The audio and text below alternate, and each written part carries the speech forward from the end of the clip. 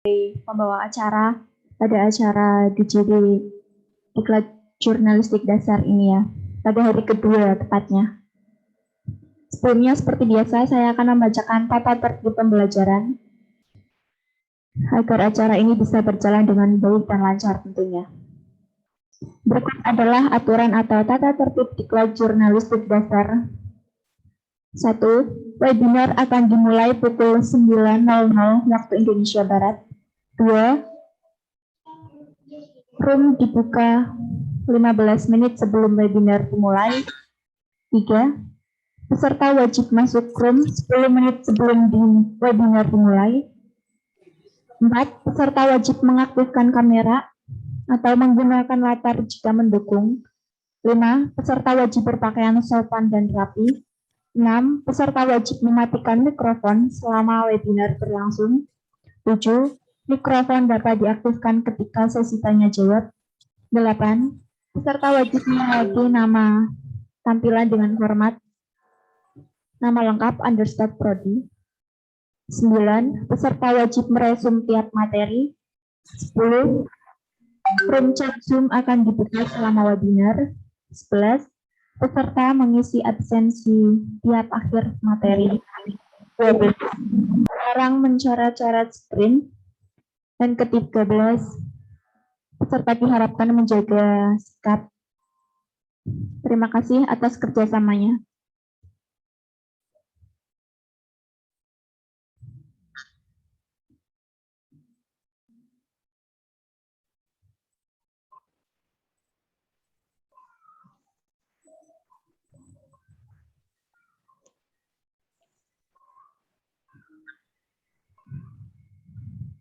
Baik, selamat pagi dan semangat pagi untuk kita semua. Kembali lagi untuk materi yang ketiga, yaitu mengenai kepenulisan sastra. Yang kebetulan Mbak Kurnia udah join. Selamat pagi Mbak Kurnia. Selamat pagi Mbak. Ya. Gimana kabarnya, sehat? Alhamdulillah sehat. Mbak Kurnia gimana? Sehat? Alhamdulillah sehat semua. Baik, nanti kita akan dipandu oleh moderator yang spesial ya Mbak. Wah, siapa ini? Mas. Ya, spesial hari ini. Semangat pagi Masnya ganteng kok. Ya, namanya juga laki-laki ya, ganteng ya. Ya, langsung saja. Nanti kita akan dipandu oleh moderator kita pada hari ini dengan materi kepenulisan sastra yang akan disampaikan oleh Mbak Kurnia Hidayati. Dan kepada moderator Mas Nizar Al-Bahar, waktu dan tempat kami persilahkan.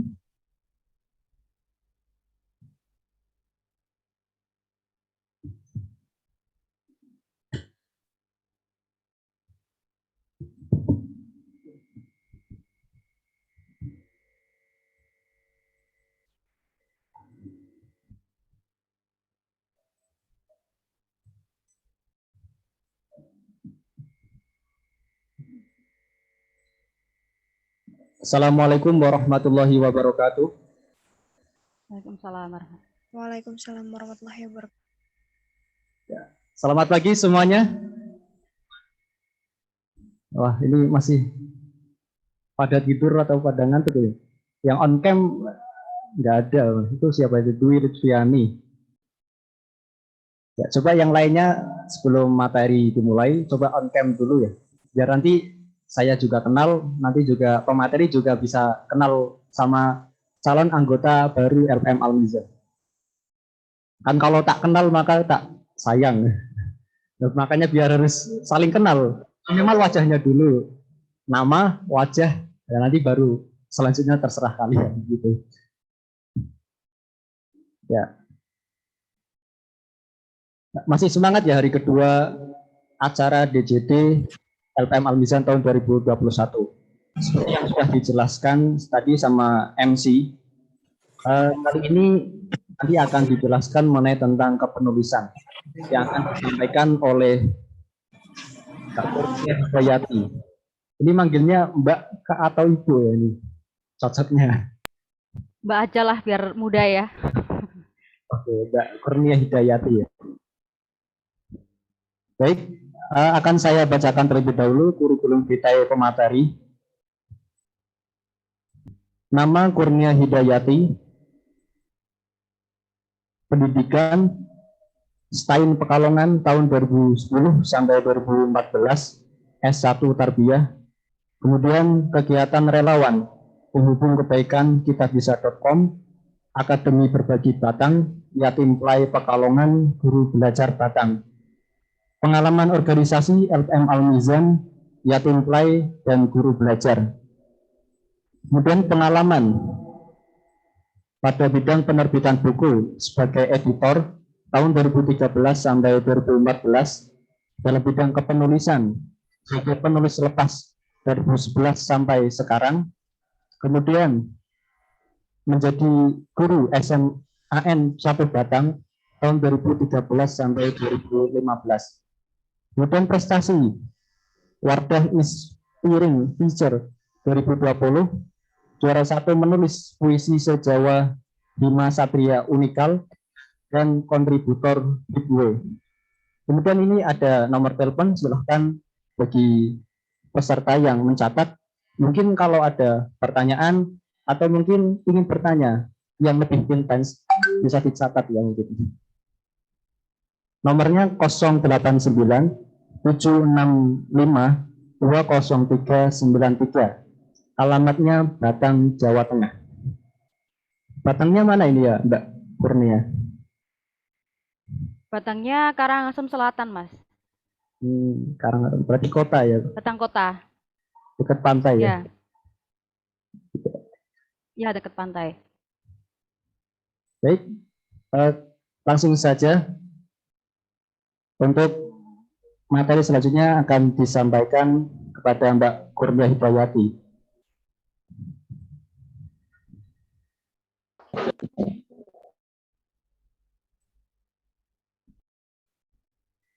Silakan untuk Mbak Kurnia Hidayati bisa menyampaikan. Oke. Bentar ya. Oh, ini untuk share screen-nya. Bentar. Ya. Dari awal dulu ya.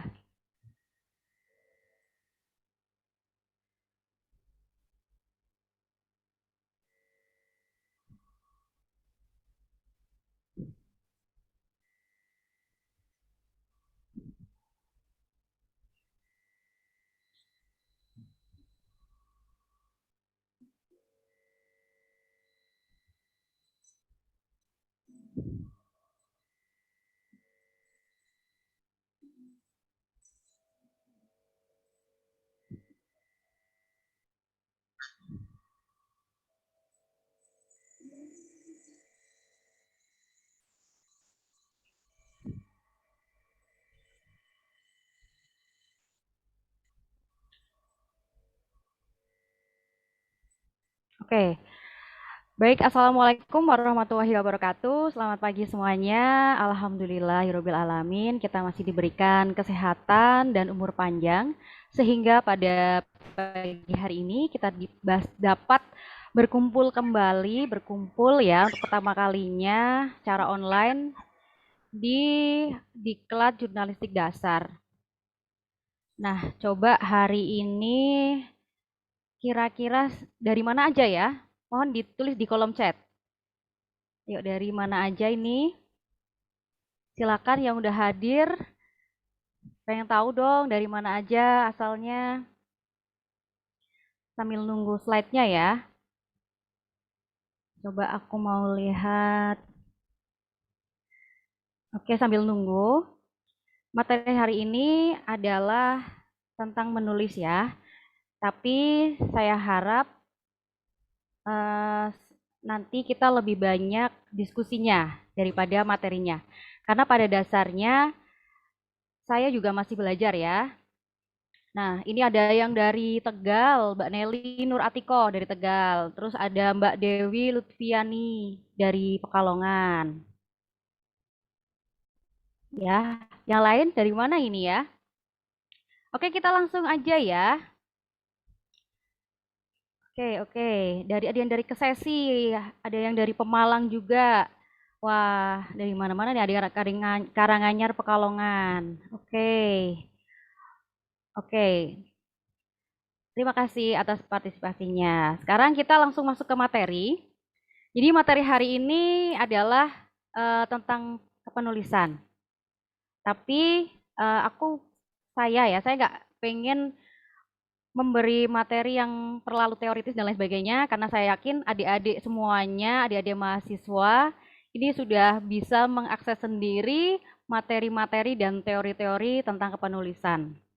Makanya hari ini kita kita belajar bareng tentang hal-hal yang mungkin dekat dengan diri kita dan siapa tahu itu bisa menjadi sebuah karya. Maka dari itu judulnya adalah Ubah Galau Jadi Karya dengan Menuliskannya. Lanjutnya Mbak, next. Sekarang kita bahas lagi ke topik selanjutnya ya. Gimana sih kabar hati hari ini? Ayo coba, siapa yang berani untuk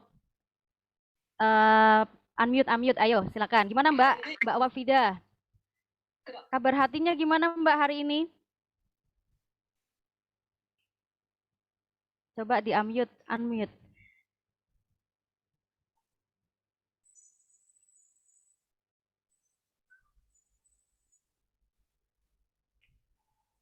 Gimana kabar hati hari ini? Ada Mas Rudi Abidin. Ada Mbak Putik. Mbak Putik gimana Mbak kabar hatinya Mbak? Sedang tidak baik-baik saja. Tidak baik-baik saja. Kabar hati hari ini. Ya.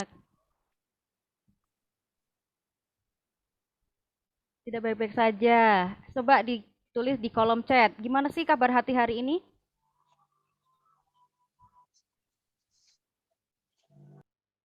Ayo, ada yang sedang tidak baik-baik saja, ada yang lagi bahagia, sedang sepi, tenang campur sedih.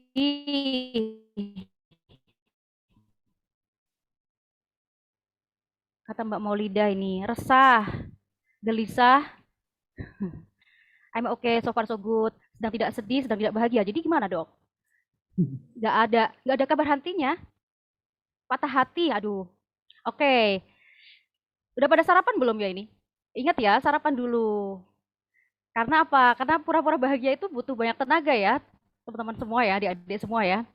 Paham lah ya, sebagai orang yang sudah tua, saya paham sekali bahwa usia-usia teman-teman semuanya ini adalah usia yang sangat bergejolak ya. Itu artinya hampir semuanya itu digalauin dan di-overthinkingin. Tapi jangan bingung ya, menurut Mark Manson yang menulis buku sebuah sedih untuk bersikap bodoh amat itu mengatakan bahwa jangan bingung ketika kalian bingung di umur sekitar 20-an atau mendekati 20-an karena hampir semua orang di umur itu bingung ya. Jadi nggak usah bingung juga karena semuanya juga bingung. Nah, saya juga 20 tahunan juga bingung ya, meskipun ini sudah hampir mendekati kepala 3 ya, tapi tetap aja bingung karena hampir semua hal itu di overthinkingin. Oke, kita next ya.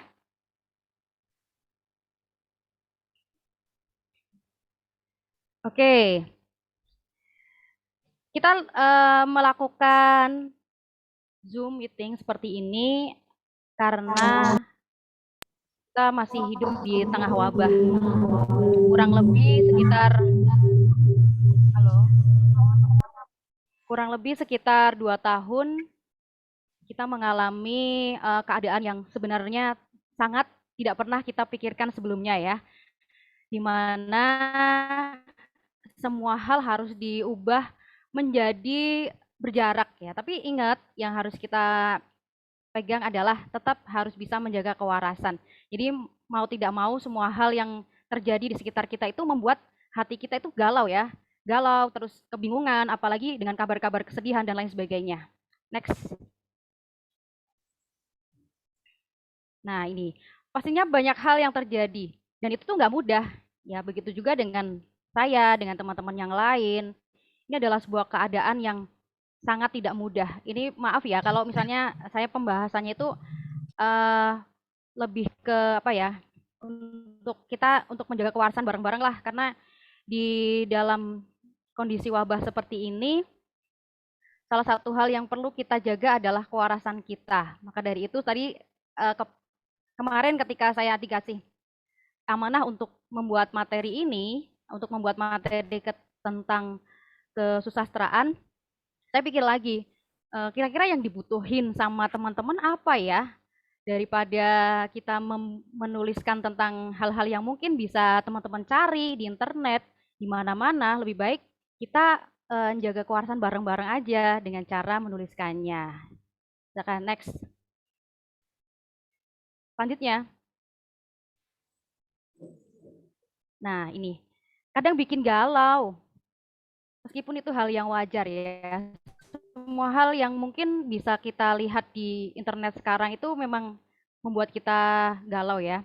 Bedanya anak sekarang dengan anak zaman dulu adalah kalau anak sekarang itu mereka lebih mudah overthinking karena perbandingan tentang hidup kalian, hidup anak-anak dan teman-teman semua itu sudah bukan anak tetangga lagi. Kita udah seluruh dunia itu kita bisa melihat kehidupan orang dari belahan dunia yang lainnya. Inilah yang kadang membuat anak-anak zaman sekarang itu atau teman-teman semua dan saya itu lebih besar overthinkingnya dan lebih besar potensi untuk membanding-bandingkan diri sendiri dengan orang lain. Dan itu yang kadang bikin galau, meskipun itu adalah hal yang wajar. Itulah kenapa tadi di awal saya sempat menanyakan, gimana sih kabar hati hari ini? Alih-alih bertanya gimana kabarnya, kabar fisik, saya memilih untuk menanyakan kabar hati. Karena apa? Karena banyak orang yang tidak aware dengan kesehatan mental, padahal sesuatu hal yang perlu diperhatikan juga adalah kesehatan mental ya. Bisa jadi hatinya itu sedang sakit, tapi badannya kelihatan sehat. Oke, selanjutnya. Nah, ini sekarang tanya lagi nih. Biasanya kalau lagi galau ngapain aja sih? Coba ditulis di kolom chat. Coba kalau lagi galau ngapain aja biasanya?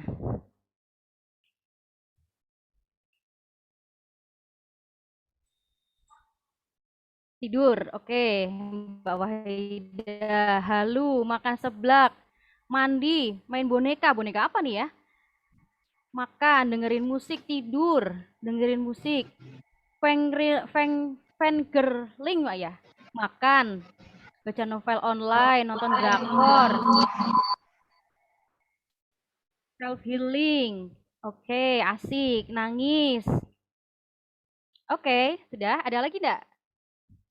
Atau kalau galau jajanin teman-temannya, tiba-tiba langsung traktir.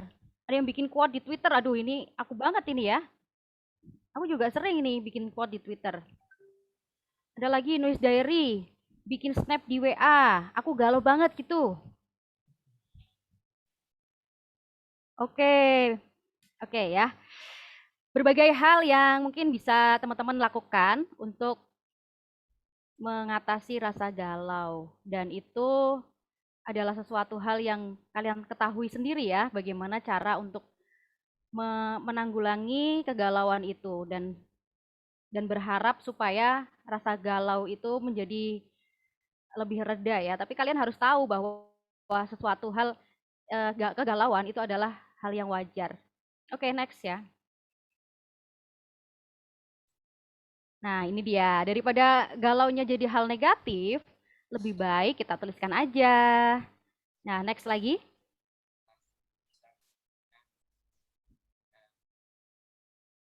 Nah, ada yang tahu nggak menulis itu apa? Coba chat.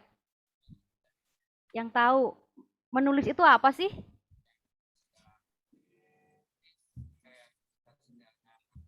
Menulis itu apa? Yuk coba ditulis di kolom chat. Chat. Coret-coret buku. Oke, Mbak Indini. Menulis itu membuat tulisan. Oke, Mas Ahmad Isnan. Menulis itu adalah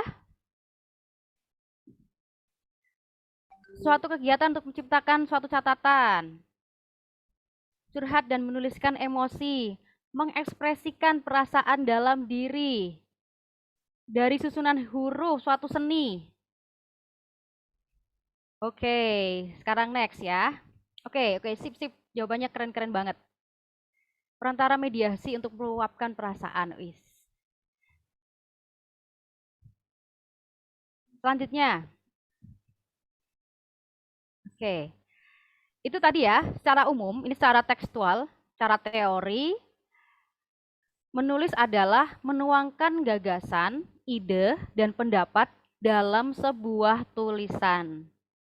Nah, ini ya, tapi setiap orang mungkin mempunyai definisi masing-masing ya, apalagi saya yakin yang ikut diklat jurnalistik ini adalah orang-orang yang berminat dalam bidang jurnalistik, termasuk kepenulisan.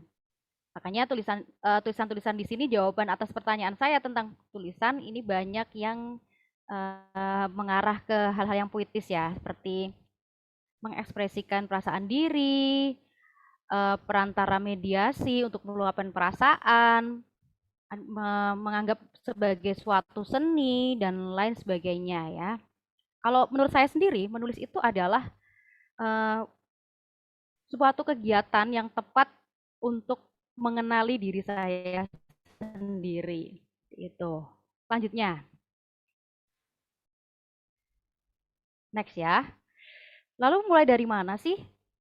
Aku tuh pengen nulis, tapi kadang tuh nggak tahu ya mau mulai dari mana. Mungkin ada yang bertanya seperti itu ya. Nah, kita next lagi. Jawabannya. Nah, sebentar. Ini internet punya saya agak kurang stabil ya. Sebentar saya nyalakan hotspot yang satunya. Jadi hari ini khusus untuk teman-teman semuanya. Tapi saya tetap berharapnya suatu hari nanti bisa ketemu langsung ya, nggak cuma secara online seperti ini, karena ini juga merupakan suatu hal yang baru. Jadi harus mempersiapkan hotspot, aksesnya itu ada 4 hotspot ini saya menyediakan provider yang satunya.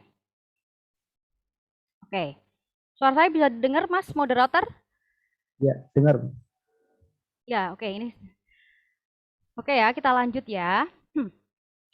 Jadi mulainya dari mana sih? Yang pertama, yang perlu kita mulai dari sebuah kegiatan yaitu atau kepenulisan, sebuah kegiatan kepenulisan adalah niat. Ya karena saya orang Islam dan teman-teman semua juga orang Islam, kita mengacu pada suatu hadis ya. Innamal a'malu biniat. Segala sesuatu bergantung pada niatnya. Sedikit cerita nih dari pengalaman saya pribadi. Jadi saya menulis sejak kuliah ketika semester 4 kalau nggak salah ya di IAIN Pekalongan sekarang. Kalau zaman dulu kan STAIN Pekalongan. Dulu niat saya adalah untuk mencari tambahan uang jajan. Karena dulu sering nulis di koran, terus mendapatkan uang jajan dari tulisan yang dimuat. Tapi semakin aku dewasa, semakin saya dewasa, semakin aku menua, semakin saya menua dan lain sebagainya, niat itu perlahan-lahan sudah mulai pudar ya. Dan saya juga agak menyesali ini suatu hal yang pernah saya sampaikan zaman dulu ketika saya ngisi sama adik-adik Almisan, saya bilang, ini saya beli laptop harganya 1,5 juta. Dan sekarang udah saya pakai buat nulis, ini tuh udah balik modal gitu loh. Saya agak menyesali juga kata-kata saya dulu itu, tapi itu adalah sebuah proses ya. Dan sekarang ketika saya sudah mengalami ibaratnya asam garam kehidupan ya, sudah mengalami ini, saya pikir lagi ternyata niat saya perlu lurus lagi ya. Jadi saya menghimbau kepada teman-teman semua yang mungkin mau berniat untuk menulis ya, niatkan itu semua untuk beribadah. Karena sebaik-baik manusia adalah yang paling bermanfaat bagi manusia yang lainnya. Ketika saya menulis zaman dulu dan lain sebagainya dan sekarang itu benar-benar berbeda versi tulisannya. Kalau yang dulu ketika saya nulis di koran itu saya sehari bisa menulis 5 ke 5 dikali 7 berarti. Karena kalau saya itu menulisnya kan puisi ya. Jadi kalau nulis puisi itu kadang sehari bisa nulis 35 puisi dan dikirimkan ke 5 koran. Itu. Jadi saya kurang, semakin lama semakin saya membaca tulisan saya yang dulu, saya makin menyadari bahwa kayak tulisan itu gak ada ruhnya deh. Tulisan itu mungkin seperti pabrik tulisan yang diciptakan dari pemikiran-pemikiran tentang materi keduniawian. Tapi ketika sekarang saya menganggap bahwa kita perlu meluruskan niat kita untuk menebarkan manfaat dari tulisan-tulisan kita. Gitu ya. Terus untuk yang sekarang, untuk materi yang sekarang, saya juga memberikan sedikit pengalaman juga pada teman-teman semua bahwa niat yang perlu kita luruskan juga di masa pandemi ini adalah writing for healing ya. Jadi menulis untuk memperbaiki kesehatan mental kita. Menulis untuk mengungkapkan perasaan kita. Karena nanti akan saya bahas lagi ya, kenapa kok kita perlu menulis untuk memperbaiki kesehatan mental. Yang kedua adalah mencari ide. Mencari ide ini sebenarnya bisa dari mana-mana. Bisa dari buku yang kita baca, bisa dari curhatan teman kita, dan lain sebagainya. Dan yang perlu kita ingat adalah tidak ada ide yang salah, karena semua ide itu benar. Gitu. Kemudian yang selanjutnya adalah tuliskan saja. Jadi alih-alih kita overthinking dengan ide-ide kita, lebih baik kita mulai aja dulu. Ya jangan menunggu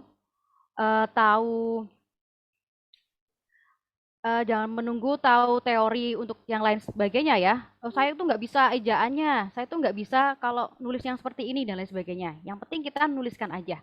Karena menulis itu seperti naik motor ya.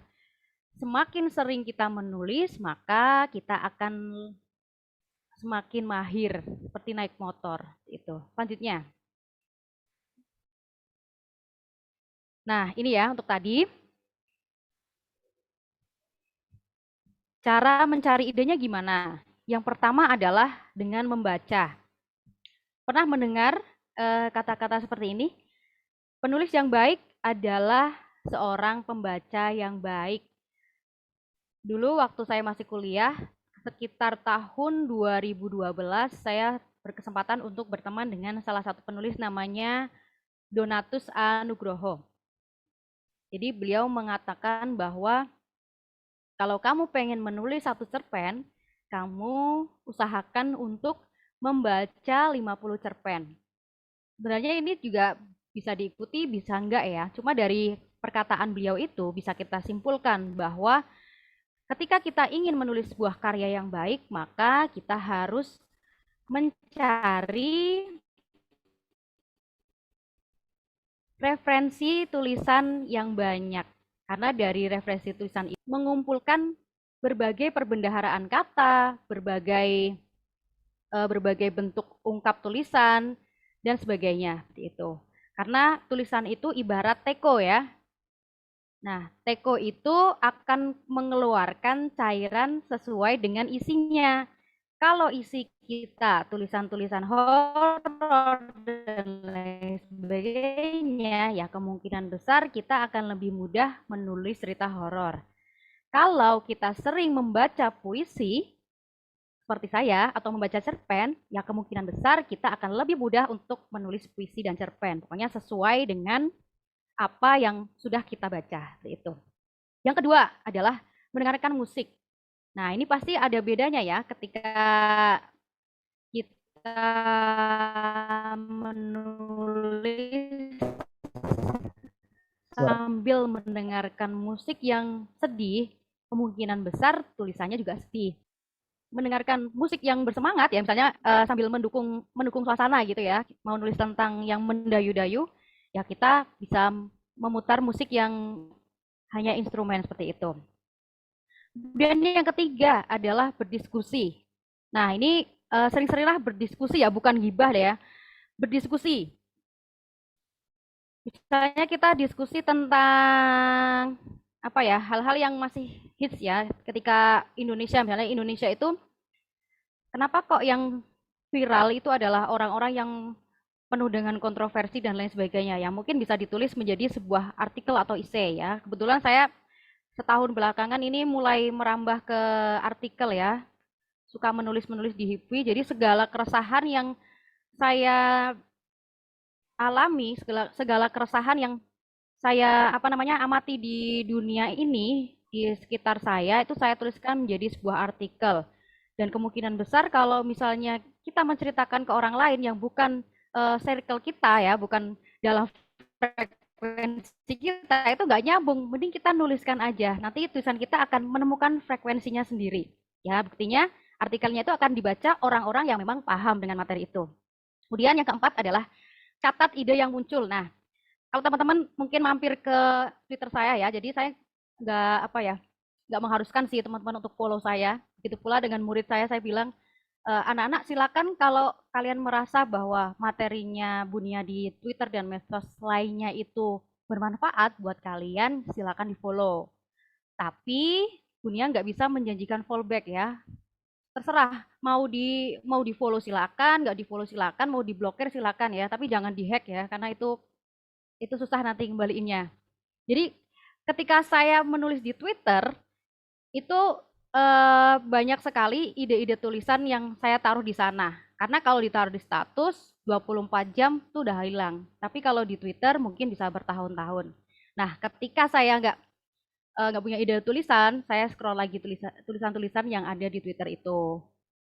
Terus catatnya itu juga bisa pakai pulpen ya, pulpen dengan kertas. Tapi saya tahulah anak-anak zaman now ya, orang-orang zaman sekarang itu kan lebih suka membawa handphone ya sebagai separuh jiwanya ya.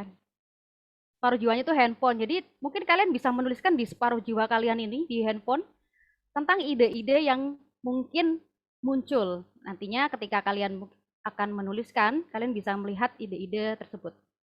Oke, yang selanjutnya adalah ini seperti yang saya sampaikan sebelumnya, bahwa tidak ada ide yang salah.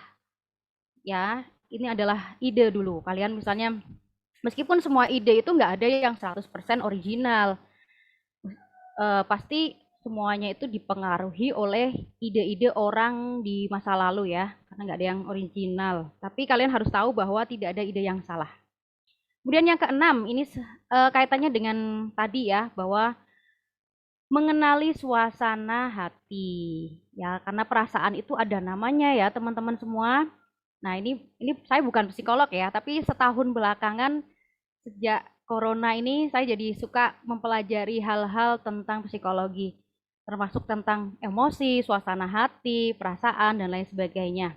Karena saya juga manusia biasa yang punya kesedihan, punya kegalauan, apalagi menghadapi peristiwa yang belum pernah kita bayangkan sebelumnya ya, ini wabah corona. Nah, dengan mengenali suasana hati, mungkin teman-teman bisa menyelami lebih dalam ke dalam hati masing-masing. Aku tuh pengennya gimana sih? Aku tuh pengennya menjadi seperti apa sih? Apalagi mahasiswa ya. Paham banget lah. Saya paham banget di umur-umur seperti kalian ini masih era-eranya kebingungan ya, seperti tadi yang saya sampaikan. Kalau mau kuliah terus kok rasanya kayak jadi beban keluarga, tapi kalau mau kerja juga bingung juga ya ngapain. Nah, itu kalian mungkin bisa menuliskannya di dalam sebuah tulisan seperti itu. Oke, selanjutnya.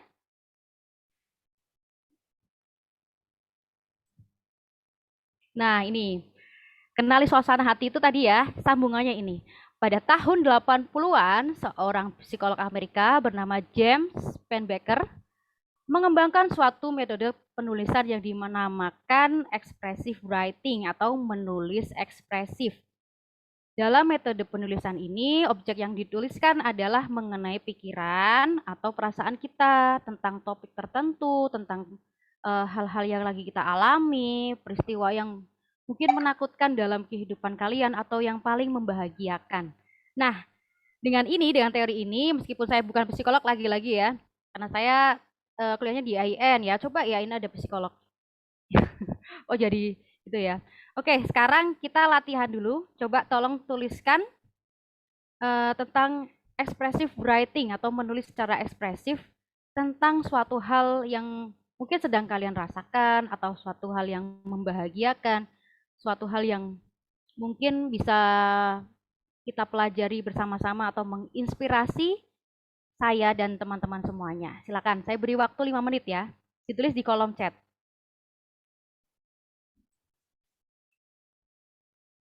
Ya, silakan untuk peserta bisa menuliskan.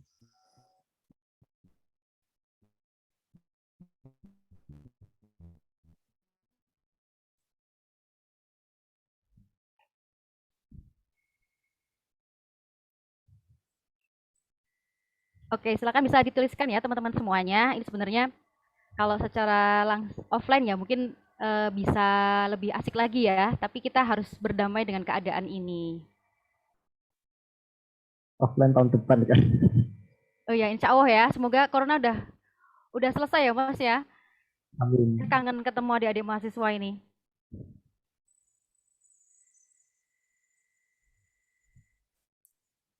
Oke, udah ada ini. Silakan yang lain. Mbak Nazira, Laila Nasta.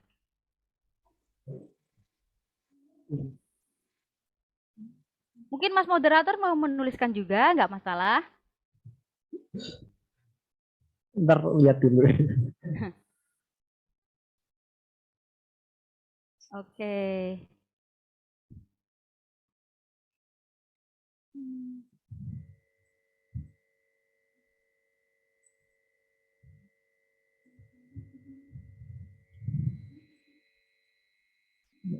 Mungkin sambil ada dicontohkan ya Kak, biar yang lain itu ada gambaran sedikit. Oke, misalnya nggak harus puisi ya. Ini kan karena saya tuh lebih seringnya nulis puisi ya, jadi saya nggak mau memaksa teman-teman juga untuk sama-sama menuliskan puisi. Mungkin teman-teman bisa menuliskan suasana hatinya. Misalnya, hari ini aku sedih, tapi aku nggak tahu sedihnya itu kenapa.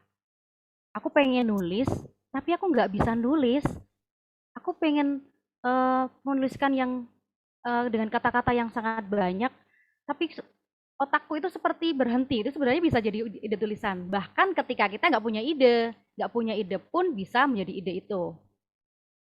Gitu ya. Tapi ini udah ada yang menulis ya. Mbak Zahira. Coba bisa di-unmute dulu Mbak. Tolong dibacakan Mbak. Mbak Zahira. Iya, Kak.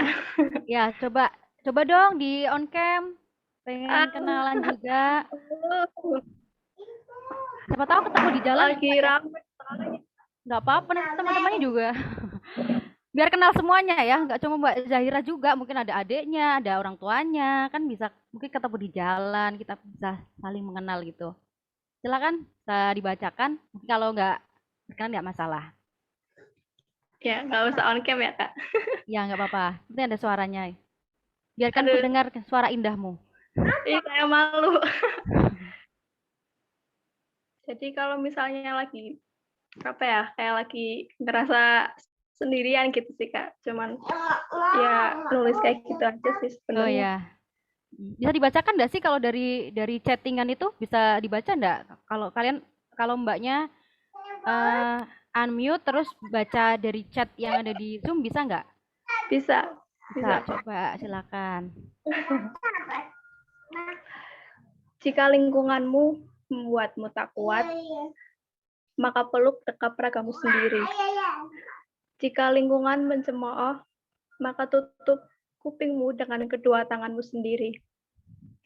Jika lingkungan meremehkanmu, maka pantas untuk melaju. Dikatakan bahwa kamu akan kuat jika mampu melewati cobaan dengan tegar. Itu aja sih, Kak. Oh, luar biasa, bagus banget. Andai kita offline kita bisa tepuk tangan ya. Nah, kita tepuk tangan virtual aja. Terima kasih. Oke, makasih ya. Oke, yang lain ada lagi nggak? Atau mau langsung on cam ke sini nggak masalah.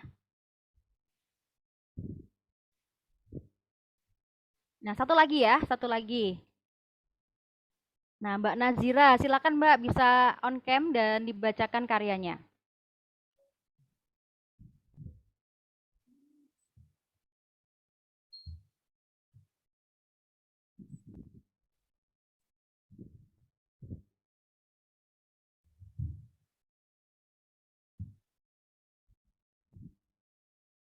Silakan Mbak Nazira. Ya, bentar, Kak.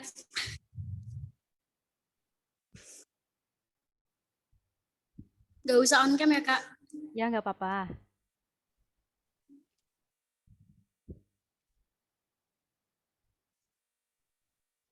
Oke, ngeblank. Ngeblank. Bentar.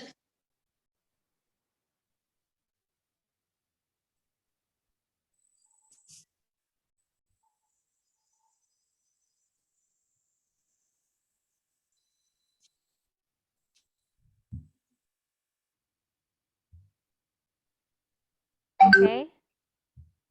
Derai hatiku menderu, memanggilmu dalam segenap rindu. Jarak memberikan waktu, saat aku harus menyendiri tanpamu. Kamu adalah tempat berbagi untukku, menyejukkan jiwa dan hatiku yang teramat kaku. Udah, Kak. Halo. Yang terakhir nggak kedengeran? Yang menyejukkan jiwa, coba. Gimana, Kak? Yang menyejukkan jiwa nggak kedengeran nih. Oh, diulangi, Pok, Kak.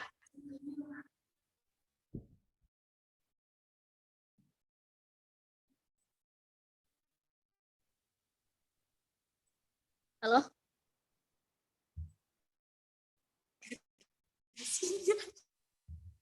Ya, diulangi Nazira itu. Bacanya tadi diulangi. Ini suara saya kedengeran? Kedengaran. Saya nggak mendengar ini. Perlu Oke. diulangi nggak, Kak? Apa cukup? Oh, cukup tadi udah kedengeran ya, Mbak ya? Oke. Sekarang kita Oke. lanjut ke materi lagi ya. Terima kasih atas apa namanya tulisan, meskipun ini masih latihan tapi udah luar biasa banget nih, ada yang tentang makna hidup dan lain sebagainya ya. Oke, kita lanjut ke pembahasan selanjutnya. Next.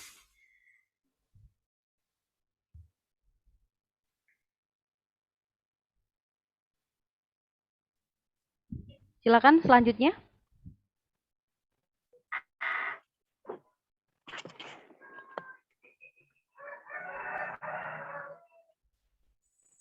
Nah, jadi gitu ya teman-teman ya. Sebenarnya ini sudah selesai materinya. Kita lanjut dengan diskusi aja. Karena saya menyiapkannya juga memang saya persiapkan untuk kita saling tanya jawab secara aktif seperti itu. Karena lebih baik kita saling diskusi daripada saya cuma ngomong sendirian. Dan kita saling feedback aja ya. Nah, oke gitu ya teman-teman. Jadi daripada galau itu disimpan sendiri, lebih baik kita membuat suatu karya yang mungkin bisa bermanfaat bagi sesama kita. Oke. Silakan, moderator. Ya, terima kasih Mbak Kurnia materinya yang telah disampaikan. Untuk peserta sebelum kita diskusi bersama Mbak Kurnia, silakan bisa on cam dulu ya. Mungkin nanti ada yang mau bertanya mengenai seputar kepenulisan. Apalagi kan mungkin ada yang baru latihan menulis tapi bingung. Atau yang sudah terbiasa menulis, mungkin bisa sambil share ya. Ya, boleh, silakan. Ya, gimana cara kalian itu bisa nulis konsisten sebulan sekali atau 1 hari sekali ya. Mungkin biar yang lainnya yang baru belajar itu bisa tiru seperti yang sudah biasa nulis. Baik, untuk peserta silahkan yang mungkin ada yang bertanya mengenai seputar kepenulisan, bisa on cam dan di unmute ya. Silakan atau bisa raise hand dulu. Oke, silakan Mbak. Oh ya, silakan moderator. Tadi. Siapa itu? Wafida. Wafida atau Cici? Silakan. Siapa dulu? Ya, Mbak Cici, silakan. izin bertanya Kak, kan kadang kan untuk mempublikasikan tulisan itu seperti Kak Kurnia Hidayati kan disetorkan ke koran-koran itu caranya gimana ya? Terus satu lagi, kita kan juga kadang mengungkapkan isi hati atau apalah, punya unek-unek buat menuliskan. Terus kita taraf seperti kita kan paling tidak kita share di story WA atau IG lah.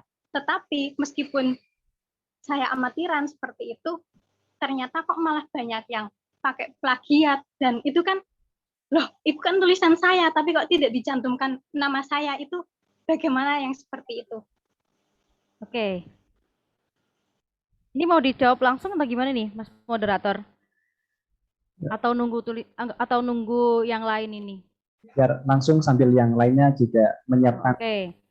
Bisa juga lewat kolom chat ya pertanyaannya. Oke, sebentar.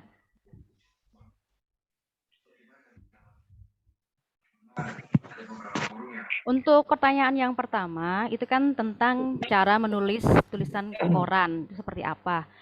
Nah, salah satu cara untuk menulis di koran adalah dengan kita melalui internet. Ya, jadi perlu kita syukuri, luar biasa, bersyukur sebanyak-banyaknya karena di zaman sekarang itu kita lebih mudah untuk mencari segala informasi.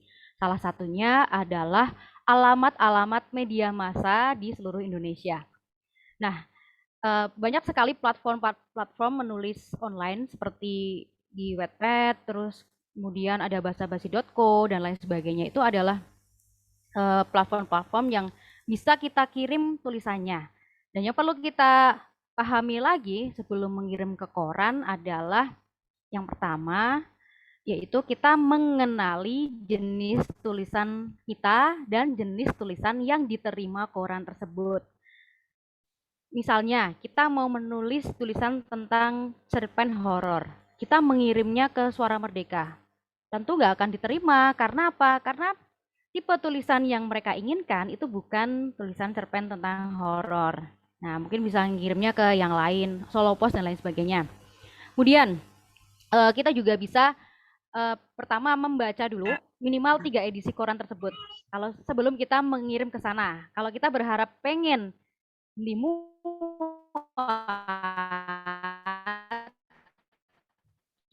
kita harus bisa mengenali bagaimana tipe suaranya nggak kedengeran ya? Barusan putus-putus. Halo, masih dengar suara saya? Sekarang udah. Oke, sebentar. Udah ya? Udah. Kita bisa mengenali tulisan-tulisan yang ada di koran tersebut dengan cara membaca minimal 3 edisi koran tersebut. Karena apa? Dari situ kita bisa mengetahui bagaimanakah selera redaktur yang ada di koran itu. Tapi ini ya opsional ya. Kalian boleh mempertahankan idealisme kalian sebagai seorang penulis. Saya tuh harus seperti ini loh tulisan saya nggak mau terbawa oleh koran ini, kemudian saya ngubah-ngubah tipe tulisan saya untuk dimuat dan lain sebagainya, nggak masalah. Cuma ya kalau kalian pengen dimuat seperti itu. Kemudian yang selanjutnya adalah jangan lupa untuk memperhatikan syarat dan ketentuannya. Misalnya ada syaratnya harus minimal 7, ya kalian kirimnya ya 7 minimal. Minimal 3 ya kalian harus minimal 3. Pokoknya sesuai dengan syarat yang diberikan oleh media massa tersebut. Kemudian yang selanjutnya adalah pokoknya secara teknis nanti kita bisa diskusi lagi ya. Mungkin kita bisa ngirimnya pakai filenya disisipkan, nggak boleh di badan email, ada surat pengantarnya dan lain sebagainya. Gitu. Dan untuk yang selanjutnya adalah jika tulisan itu diplagiat. Nah, ini juga sebagai suatu permasalahan literasi di Indonesia nih, zaman now dan zaman dulu itu juga yang namanya plagiasi itu banyak sekali itu. Bahkan untuk penyair atau penulis yang besar aja udah masih banyak yang diplagiasi. Tapi yang emang sih bikin kesel ya, kalau misalnya karya kita itu diplagiasi. Ini sedikit bercerita dari saya sendiri. dulu ketika saya awal-awal nulis, saya itu memang ngelatih tulisannya itu lewat status. Sebenarnya nggak apa-apa sih, sah-sah aja. Yang salah itu kalau nggak nulis. Jadi kalau ada ide sedikit dari tulisan itu saya akan bikin status. Kemudian tentu akan berbeda ya. Ketika sudah memutuskan untuk pengen jadi penulis, kita akhirnya terus-terusan membuat status tentang hal-hal yang puitis. Tapi itu adalah hal yang asing bagi teman kita atau follower kita. Ini kok bikin statusnya puitis-puitis terus, ada masalah apa? Padahal kan belum tentu tulisan kita itu ide dari orang lain, kemudian kita buat menjadi sebuah tulisan. Gitu. Jadi kita kalau ada yang plagiat seperti itu lebih baik ditegur secara halus. Mbak, tolong itu dikasih namanya dong, Mbak. Itu kan tulisan saya. Gitu. Misalnya kalau dia nggak berkenan, itu kita bisa siasati lagi di tulisan kita yang selanjutnya di bawahnya ditulisin nama Mbak Cici misalnya. Ya bahkan sampai sekarang juga banyak kok yang sering kopas status saya, sering kopas konten saya di Instagram. Jadi tahun belakangan itu saya sering jadi konten kreator ya di Instagram saya sendiri. Jadi itu banyak yang kopas dan nggak dicantumkan sumbernya. Itu karena orang itu nggak tahu bahwa itu adalah suatu karya yang perlu dihargai ya. Bukan berarti kita tuh gila hormat pengen dicantumin namanya dan lain sebagainya. Tapi itu adalah suatu bentuk untuk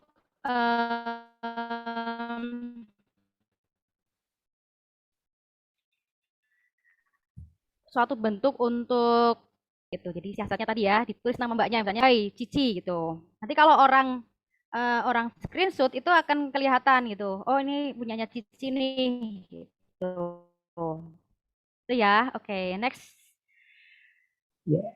Pertanyaannya apa lagi nih Mas Moderator? Wafida tadi udah angkat tangan, Wafida. Oke, yang raise hand dulu aja ya. Silakan. Coba. Oh, yang raise hand, Sefira kok orang Wafida dulu tadi. Silakan on cam. Silakan.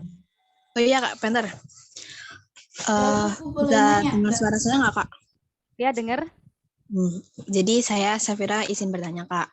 Misalkan kita sebagai content writer yang terkait dengan PH atau komunitas yang ada brandingnya itu, gimana sih Kak cara kita bisa menghasilkan ide dengan dengan kayak ada deadline-nya gitu sih Kak? Itu gimana ya biar kita bisa memunculkan ide tapi saat-saatnya itu kita nggak ada ide sama sekali yang muncul gitu Kak. Gimana ya cara menghadapi kalau di komunitas ya?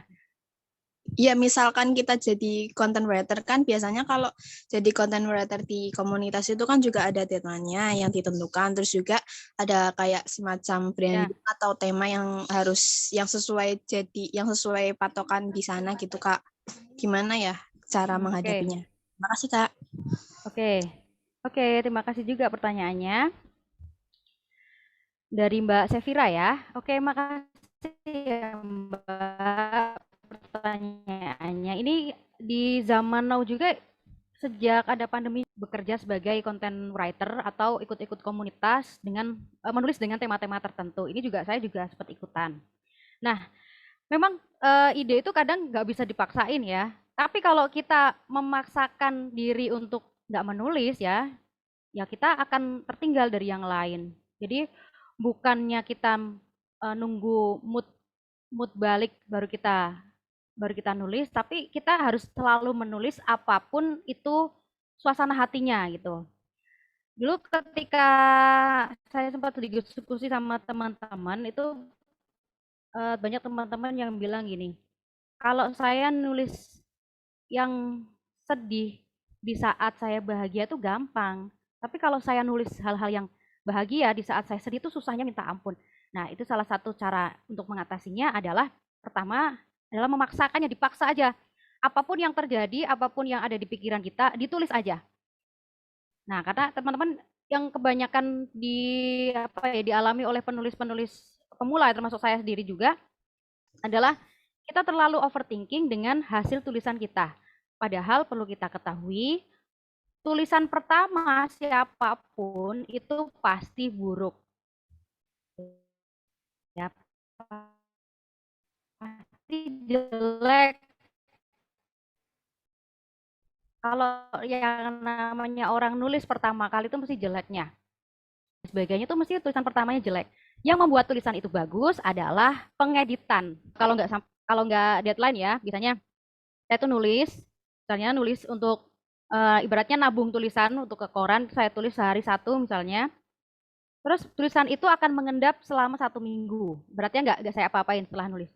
Nah, setelah 1 minggu itu saya lihat lagi tulisannya, baru ketahuan mana cacat dalam tanda kutip ya, mana cacat tulisan tersebut dan mana hal-hal yang perlu diedit. Nah, gitu. Jadi pertama dituliskan dulu, yang kedua banyak membaca. Misalnya kita menulis tentang apa ya, materi apa ya? Misalnya materi tentang orang yang depresi misalnya. Ya kita harus riset dulu, riset tentang depresi itu gimana,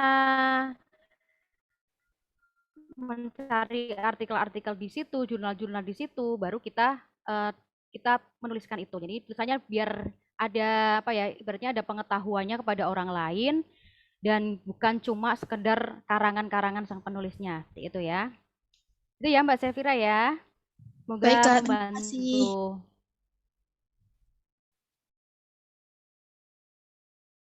Ya, mungkin Selanjutnya yang di chat ya Mas ya. ya. Yang di chat pertanyaan. Oke. Dari Zidni sama Salman.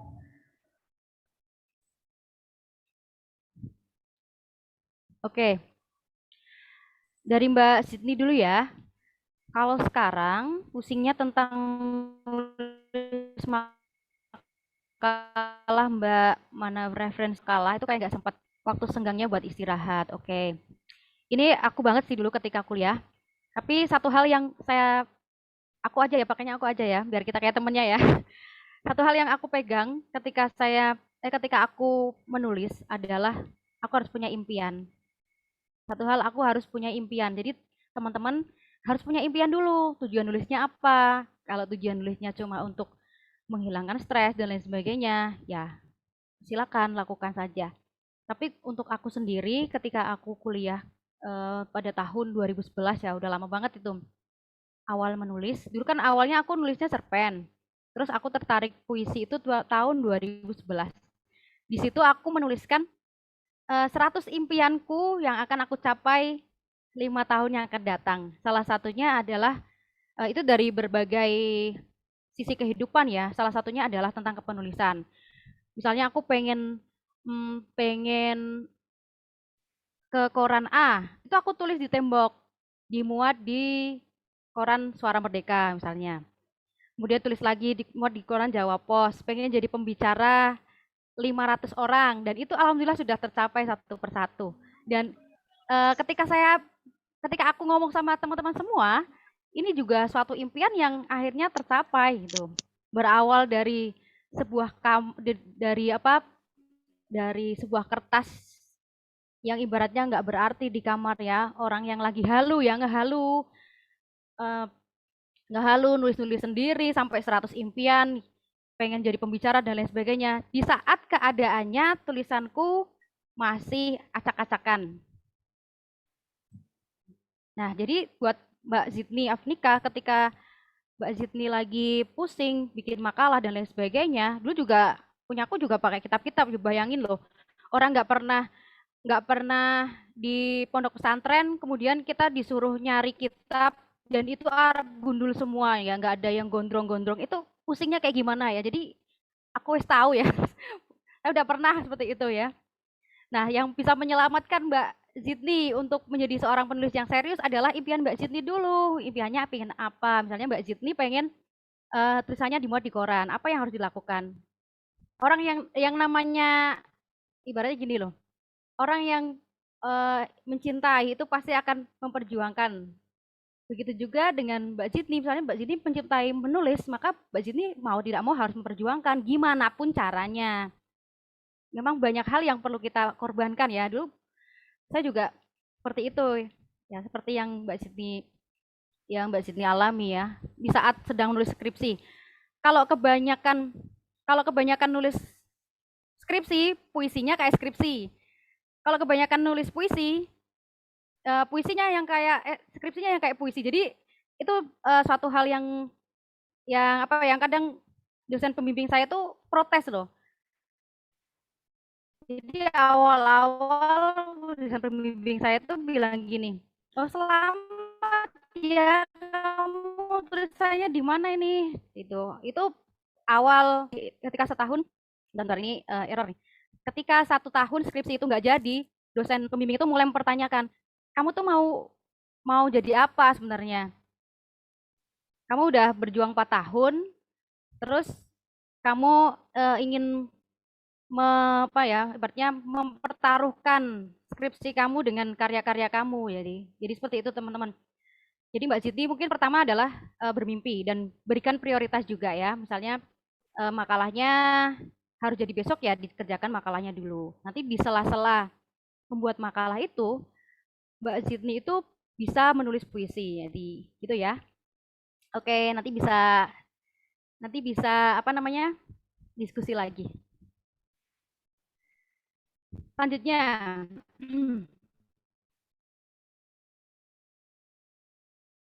Kak, apa yang membuat puisi disebut dengan puisi? Di luar ya. Oke, jadi Mas Salman, Mbak Mas ini ya, perkembangan zaman, jenis-jenis puisi ini sudah sangat beragam sekali. Bukan cuma yang seperti Sitor Situmorang tuliskan, misalnya malam lebaran, bulan di atas makam misalnya, bulan di atas kuburan gitu. Itu seiring dengan perkembangan zaman, jenis-jenis puisi itu udah bermacam-macam lagi ya. Bisa kita lihat ketika kita sudah mau banyak membaca, kita akan banyak menemui model-model puisi yang mungkin belum pernah kita pikirkan selanjutnya. Jadi sebenarnya ada yang namanya aturan, yaitu licentia poetica. Jadi sebuah aturan yang mengabaikan aturan-aturan baku. Salah satunya adalah ketika kita menulis, kita nggak harus pakai aturan belakangnya harus berima, belakangnya harus sama, berapa bait, itu nggak harus Mas. Jadi apapun bisa menjadi puisi, karena sekarang model-model puisi itu sudah semakin beragam gitu. Oke ya, selanjutnya. Dari Nala. Izin bertanya, bagaimana cara konsisten menulis? Ya, selanjutnya ya. Bagaimana cara konsisten menulis agar bisa, karena semakin sering menulis maka kemampuan menulis pun bertambah. Oke. Nah, ini konsisten ini juga ya, karena konsisten ini adalah sebuah kata yang mudah diucapkan tapi sulit untuk dilaksanakan. Seperti yang sudah aku sampaikan tadi, bahwa yang pertama adalah kita punya impian dan tujuannya dulu. Kita tujuannya apa? Kita tujuannya mau mengarah kemana? Kan sekarang banyak tuh ya lomba yang ada di internet, itu mulai dari hadiahnya pulsa, hadiahnya buku, sampai hadiahnya uang berjuta-juta. Itu teman-teman bisa ikut itu. Nah, ini kalau satu trik dari aku adalah sering-sering mencari informasi lomba terbaru. Kan mau tidak mau kita akan menulis ya. Nah, ini juga karena aku sekarang udah banyak kesibukan, udah banyak pekerjaan juga ya. Jadi sekarang kalau caraku untuk konsisten nulis adalah dengan ikut lomba itu. Misalnya untuk bulan ini ada 5 deadline ya. Itu kan akhirnya mau nggak mau harus nulis juga sekalian ya. Kita dapat 5 tulisan. Dan dari 5 tulisan itu kalau sudah di lomba itu boleh dikirim ke koran. Kemudian kita kirimkan ke koran itu. Nah, gitu ya Mas ya. Jadi konsistennya itu memang harus ditentukan dulu tujuannya apa. Oke. Gimana Mas moderator? Oh, Iya. lanjut ya. Lanjut ya. Halo. Ya, lanjut yang yang masih di room Ada chat. mau raise hand lagi? Atau ya mungkin dari peserta ada yang mau bertanya langsung, bisa on cam. Atau yang sudah bertanya di room chat, silahkan bisa disampaikan lewat on cam sama di Oke. unmute. Oke. Dari Nala tadi, Nala Nikmat. Nala, oke. Coba, Nala ya, Nala Nikmatul Maula ya.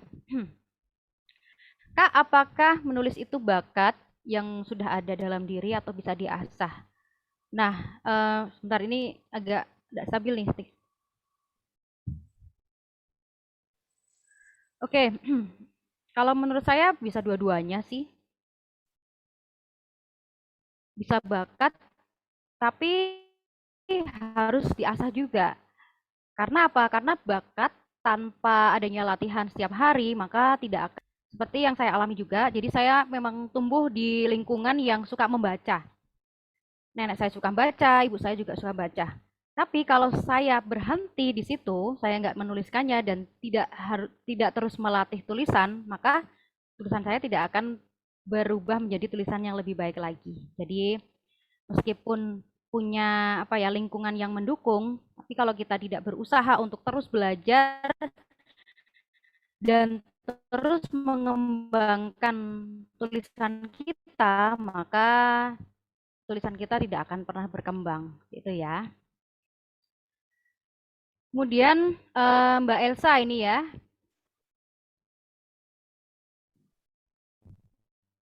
Elsa Nadia Febriani. Rekomendasi dong Kak, referensi buku atau bacaan untuk menambah kosakata indah yang bisa dipraktekkan sih Mbak. Bisa dibaca, mungkin bisa membaca tentang antologi puisi atau kumpulan puisi tentang dari penyair-penyair tertentu, misalnya M. A. Mansur, Sapardi Djoko Damono, W.S. Rendra, dan lain sebagainya. Karena semakin banyak kita membaca, maka akan semakin banyak referensi tulisan yang ada di dalam diri kita, seperti itu. Jadi bahan tulisannya tuh banyak gitu loh. Misalnya nih, kita mau menuliskan tentang hujan ya. Kalau misalnya kita kurang membaca, mungkin tulisannya adalah hujan turun ke bawah ya. Turun ya pasti ke bawah.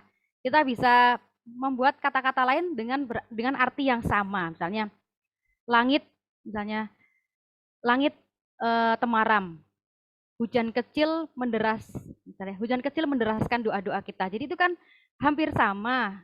Maksudnya artinya sama, tapi kita mempunyai daya ungkap yang berbeda. Itu biasanya yang disukai oleh redaktur atau para juri-juri lomba itu adalah diksi-diksi yang kreatif dan daya ungkap yang berbeda.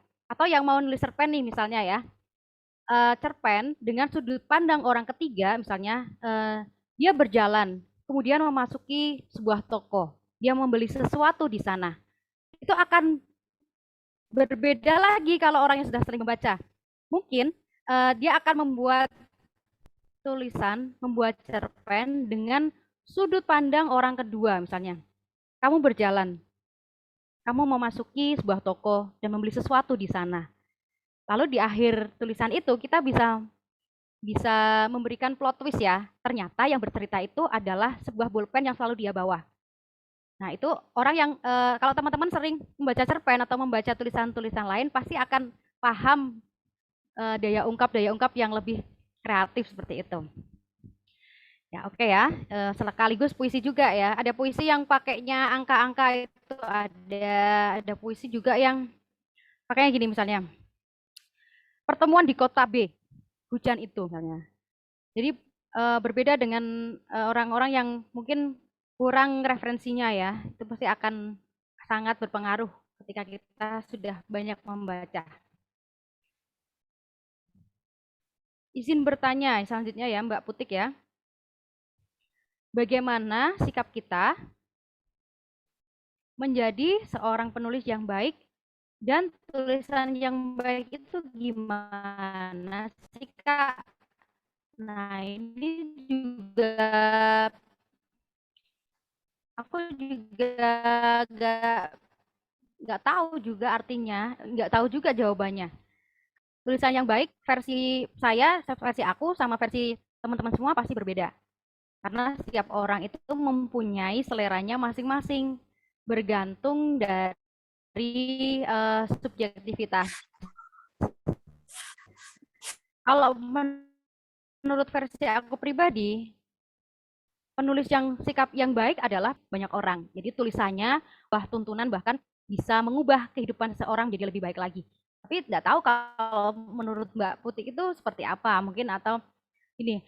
Penulis yang baik itu adalah penulis yang nulisnya fantasi dan itu aku bisa berhayal di sana, mungkin bisa seperti itu. Terus penulis yang baik mungkin menurut Mbak Wafida itu adalah penulis yang, bentar ini internet nggak stabil ya, penulis yang memberikan cerita tentang masa kecil. Jadi itu masing-masing ya Mbak ya. Cuma kalau menurut aku sendiri seperti itu. Selanjutnya, Mbak Wafida. Bagaimana dengan statement WC atau kamar mandi adalah tempat berbagi inspirasi dan kita bisa mendapatkan ide dan berimajinasi sampai tingkat kekreatifan kita. Nah, ini memang banyak sekali informasi maksudnya inspirasi yang muncul dari kamar kecil ya. Mungkin kalau aku sendiri bisa mendalami pernyataan ini adalah ketika kita ke kamar kecil itu kita sama diri sendiri ya, sendirian, dan itu kita mendapatkan suatu keheningan dan lain sebagainya. Itu mungkin dari efek-efek psikologis dan lain sebagainya, dan itu bisa memunculkan ide-ide kreatif di situ. Tapi nggak juga sih, nggak harus, tapi nggak semuanya inspirasi itu dari kamar mandi. Waktu atau timing masing-masing untuk mendapatkan ide mereka. Ada yang ketika hujan turun ya, seketika teringat tentang sesuatu ya, bukan cuma mantan ya, mungkin teringat tentang Indomie atau yang lain gitu, atau ide-ide tulisan. Nah, ternyata setelah diteliti secara psikologis, ketika hujan turun itu memberikan efek relaksasi, dan relaksasi itu membuka alam bawah sadar. Itulah kenapa ketika hujan turun kita teringat sesuatu yang terjadi di masa lalu karena alam bawah sadar itu terbuka teman-teman semuanya, dan itu bisa juga dijadikan sebagai ide tulisan. Kalau di kamar mandi tuh kalau aku sendiri ya yang sudah berkeluarga dan punya banyak urusan, itu malah di kamar mandi malah nggak ada apa-apa. Justru ketika lagi bekerja itu sering keluar ide tulisan. Jadi waktu sibukku adalah waktu banyak inspirasiku. Misalnya lagi mengerjakan pekerjaan kepegawaian misalnya ya, ini tiba-tiba aku pengen nulis nih, terus aku bikin konten dan lain sebagainya. Nanti teman-teman akan bilang katanya sibuk, tapi kok malah Sinyalnya bikin konten. putus-putus. Ini kan sebenarnya adalah nulisku itu adalah waktu istirahatku gitu. Jadi kita beristirahat kayak gitu ya Mas ya. Gitu.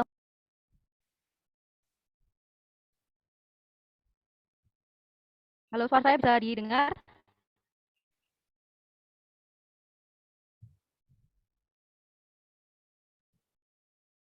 Ya, mungkin ada pertanyaan. Dari peserta silahkan bisa raise hand terlebih dahulu. Yang mau bertanya silahkan. Mau curhat juga nggak apa-apa seputar mungkin kendala kalian selama nulis. Yang biasa nulis silahkan. Dari teman-teman.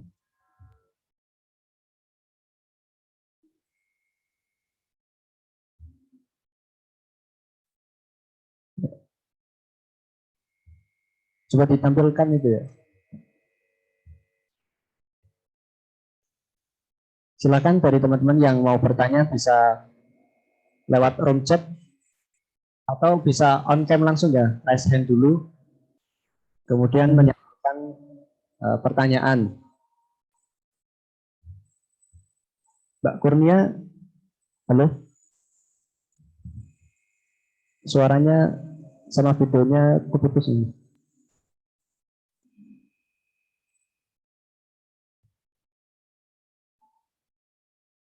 Halo Mbak Kurnia.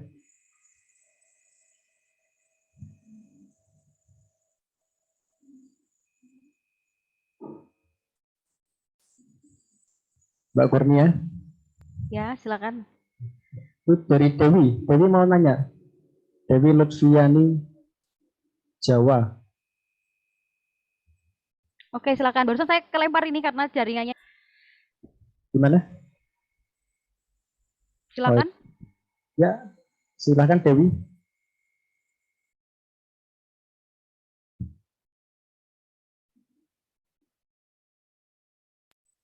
Dewi Lutfiani.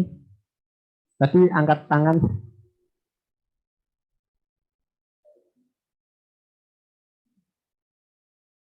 Halo Dewi. Di unmute ya suaranya kalau mau bertanya.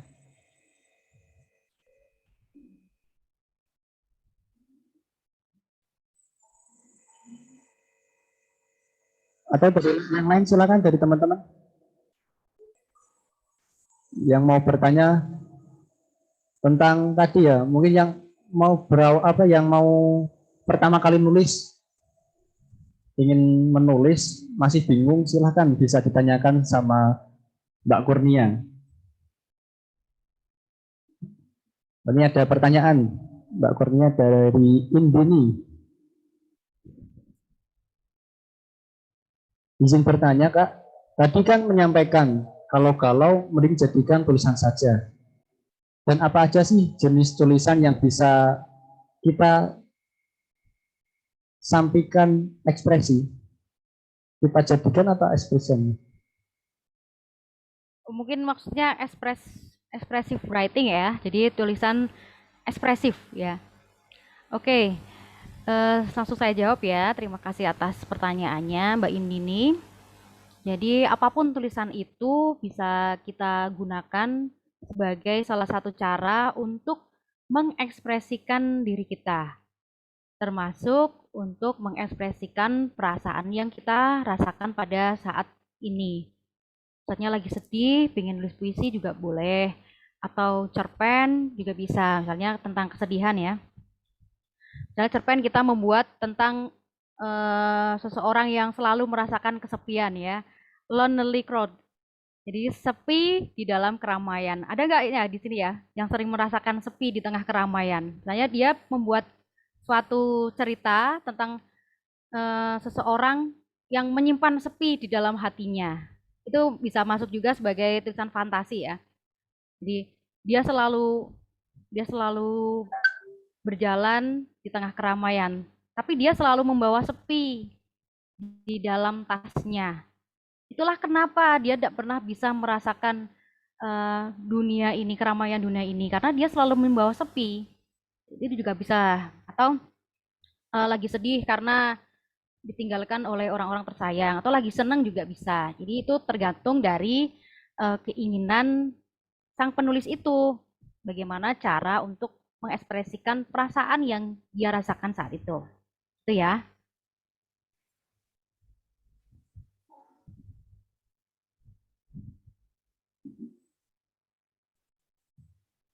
Ya, mungkin ada pertanyaan lagi dari teman-teman.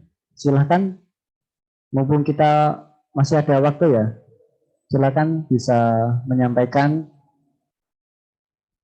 pertanyaan atau mungkin keluh kesah dari teman-teman sekalian yang mungkin biasa nulis atau yang mau menulis tapi bingung. Atau gini Kak, aku mau nanya, Silakan. kan biasanya kalau nulis itu kayak udah punya ide, tapi Ya. pas nulis itu bingung nggak jadi. Mau nulis iki ada ide tapi nggak jadi kayak gitu terus. Ini nggak jadinya kenapa ini? Nggak jadinya kenapa? Nggak jadi itu kayak ini kalimat pertamanya itu apa gitu, malah ini bingung ini benar atau enggak, ini bagus apa enggak kayak gitu Kak. Kayak malah kayak ke diksinya kayak gitu, diksi kata daripada yang penting nulis kayak gitu. Ya itu buat ngilanginnya itu gimana? Overthinkingnya ya. Overthinking berarti itu. Jadi terlalu kepikiran kepikiran ide kita itu gimana gitu, terus takutnya salah dan lain sebagainya gitu ya. Iya, Gitu maksudnya. iya kayak gitu, Kak. Jadi ya tulis aja gitu. Seperti yang saya sampaikan, yang aku sampaikan tadi, bahwa tulisan pertama itu pasti jelek. Yang penting kita baca dulu sendiri ya. Yang membuat tulisan itu lebih bagus adalah pengeditannya. Pokoknya apapun babat habis lah, kita punya perasaan apa babat semuanya. Kita tulis aja. Tapi ketika kita mau mengirimkan tulisan itu, kita harus membaca ulang dan mengedit kata-kata yang mungkin kurang pas untuk dikirimkan seperti itu. Itu ya, Mas ya. Iya.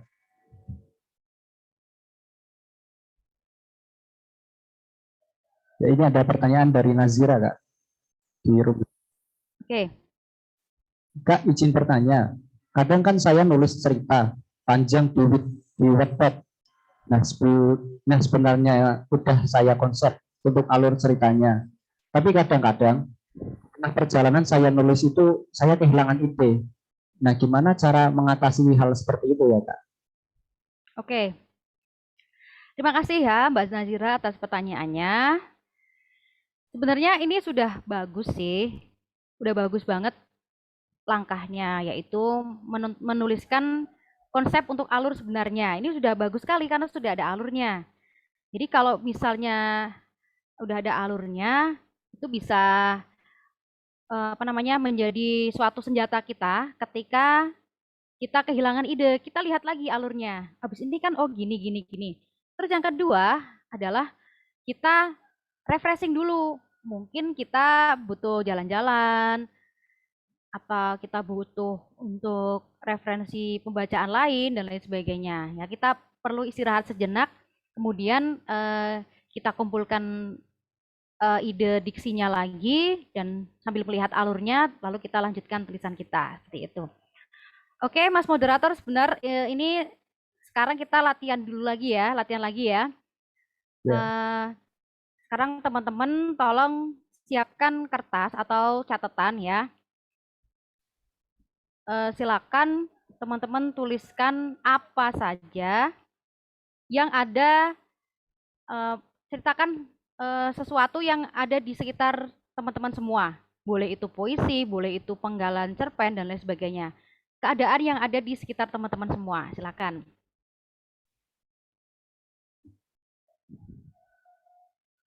Oke, siap ya. Coba lihat jempolnya dong. Coba di jempol virtual. Coba jempolnya dulu, jempolnya. Ini seperti ini. Nah, gitu. Coba yang udah jempol, yang siap untuk latihan. Nah, itu ada yang jempol pakai video tuh. Oke. Oke. Sekarang coba dituliskan dulu. Dituliskan suasana yang ada di sekitar teman-teman semuanya.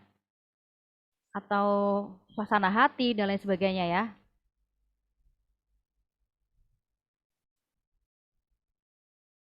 Silakan, yang sudah siap bisa on cam.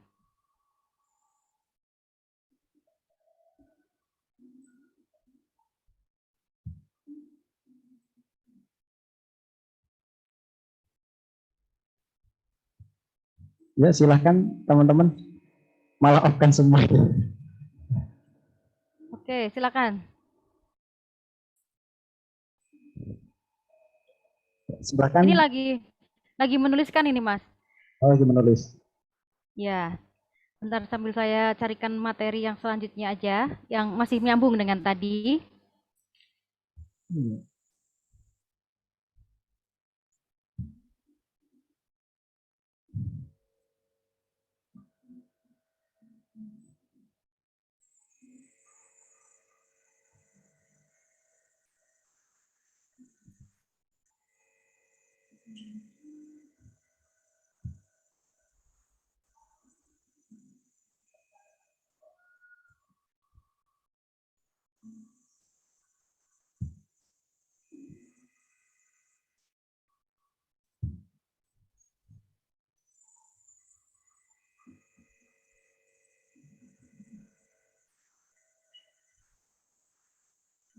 mungkin 5 menit ya buat Oke. menulis tentang suasana di sekalian. Boleh puisi atau mungkin cerpen.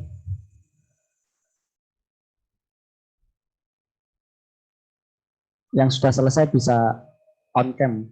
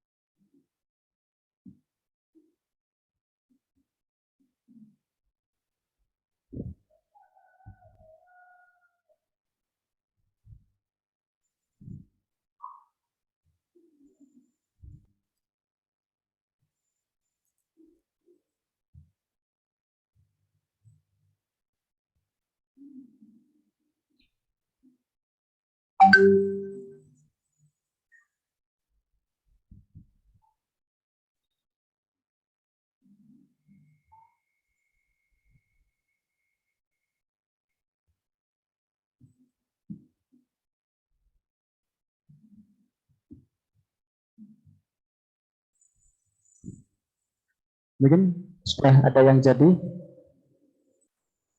Oke, silakan.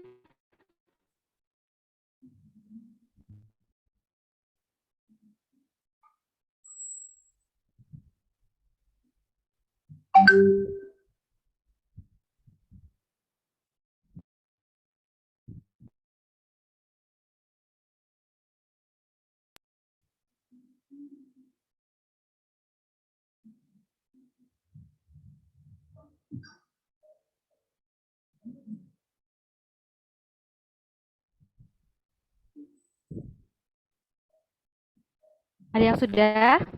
Sebelum kita masuk ke materi selanjutnya nih, saya kasih tambahan lagi, sekaligus merangkum pertanyaan-pertanyaan dari teman yang lain, yang tadi sudah ditanyakan.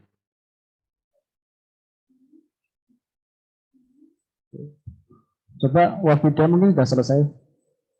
Wafida KPI. Wah, ini off cam semua ya? Coba Napas saya saya ada Mbak Wafida, ada Nala, ada Dewi, ada Nazira. Nazira. Gimana ini mau dilanjut atau gimana ini, Mas? Mungkin sambil materi dulu ya Kak, sambil Oke. membuat. Oke. Saya share screen dari sini ya. Iya. Oke. Nah, sekarang saya mau tanya dulu deh, berapa banyak buku yang teman-teman baca dalam 1 tahun? 100, 10, atau satu pun nggak selesai? Coba Mas Moderator, berapa Mas? Masih nyari buku.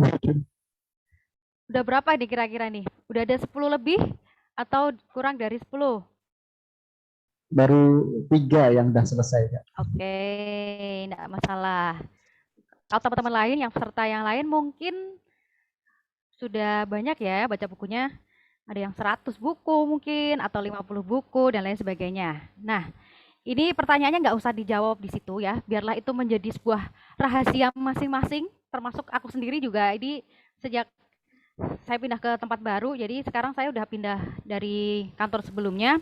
Ini lebih sibuk. Jadi untuk baca buku itu memang agak kurang juga ya, sering bacanya berita online. Akhirnya yang muncul adalah tulisan-tulisan artikel ya, seperti saya kemarin setahun belakangan itu sering nulis artikel karena sering bacanya sesuatu tentang yang non fiksi itu. Oke, nah ini memang satu hal yang perlu orang perhatikan ketika pengen menjadi seorang penulis yang profesional adalah harus banyak membaca dan mencari referensi. Karena apa? Karena karya yang akan kita sampaikan adalah berupa tulisan yang dibaca. Oleh karena itu, kita juga perlu untuk memperbanyak bacaan. Kalau hobinya TikTokan, terus pengen jadi penulis, Yaitu mungkin bisa, tapi kalau ingin jadi yang lebih profesional lagi harus mau membaca. Kalau teman-teman mungkin kurang sempat untuk membaca buku, bisa mendengarkan audiobook ya. Sekarang udah ada ya audiobook, jadi buku yang dibacakan oleh orang lain. Untuk apa? Untuk memperbanyak perbendaharaan kata sekaligus untuk melatih diksi-diksi atau pilihan kata untuk bahan tulisan kita. Kalau saya sendiri, kayak aku sendiri dulu, salah satu cara untuk melatih tulisan puisi adalah dengan sering mendengarkan orang membaca puisi. Jadi bikin skripsi bukannya nyetel musik, tapi nyetel pembacaan puisi orang lain. Seperti itu. Oke ya. Tadi ini ya, ini tujuan menulis itu adalah yang tadi ini sempat saya rangkum dari pertanyaan-pertanyaan teman-teman semua. Adalah yang pertama adalah berbagi ide. Misalnya, di sini ada nih yang suka gonta-ganti skincare dan lain sebagainya, itu bisa banget jadi tulisan. Misalnya skincare reaksinya di kulitnya teman-teman itu gimana? Dari pertama harganya berapa, terus belinya di mana, efeknya ke kulit teman-teman tuh gimana, itu bisa banget jadi sebuah ide tulisan. Terus misalnya itu worth it nggak harga segitu? Misalnya satu buah skincare itu harganya 200.000. Kira-kira itu kalau beli tuh rugi nggak ya? Itu bisa juga dibagikan menjadi sebuah tulisan. Itu berbagi ide. Atau teman-teman itu suka bikin konten, ya, suka bikin konten. Ini keluar ya Mas ya? Share screen-nya keluar ya? Keluar, Mbak. Ya, suka bikin konten, misalnya ini seperti aku sendiri nih, bikin konten di Instagram. Itu kan orang-orang pada tanya, kayak gitu gimana sih Mbak bikinnya? Cara bikin tulisan-tulisan yang bagus-bagus gitu, misalnya yang ada ilustrasinya dan nyarinya di mana, caranya gimana, itu bisa juga dituliskan di blog kalian atau di artikel-artikel yang dikirimkan ke platform itu. Selanjutnya adalah menghilangkan stres ya. Meskipun stres itu nggak bisa hilang, namanya juga manusia, pasti banyak masalah. Kalau banyak wijen itu namanya onde-onde. Ya, jadi bukan menghilangkan stres, tapi lebih ke meredakan stres ya teman-teman. Salah satu cara untuk healing juga, untuk ibaratnya kita kabur dari segala permasalahan atau justru malah menyelesaikan masalah itu. Rasanya kadang ada yang sering migrain ya, biasalah 20-an atau menjelang 20-an itu biasanya migrain, overthinking, terus insomnia. Nah, itu udah pernah semuanya ya. Udah pernah aku alami semuanya. Itu salah satu cara untuk meredakan itu semua. Jangan-jangan karena kita kurang sharing, kurang bercerita. Lah, kok saya kan mau cerita sama teman saya, tapi teman juga punya masalah sendiri-sendiri kan? Lebih baik dituliskan aja. Kemudian yang selanjutnya adalah sebagai sebuah sarana komunikasi. Nah, buat yang merasa introvert dan nggak pinter buat berkomunikasi sama orang secara langsung, menulis adalah salah satu sarana komunikasi yang luar biasa. Bisa jadi orang yang di WA itu tulisannya panjang banget. Ketika bertemu itu ngomongnya cuma sedikit. Nah, itu mungkin dia lebih nyaman ketika menuliskannya. Lebih baik jadiin karya aja. Selanjutnya adalah mencari uang. Ini adalah salah satu hal yang sangat bisa menghasilkan cuan zaman now adalah dengan menulis.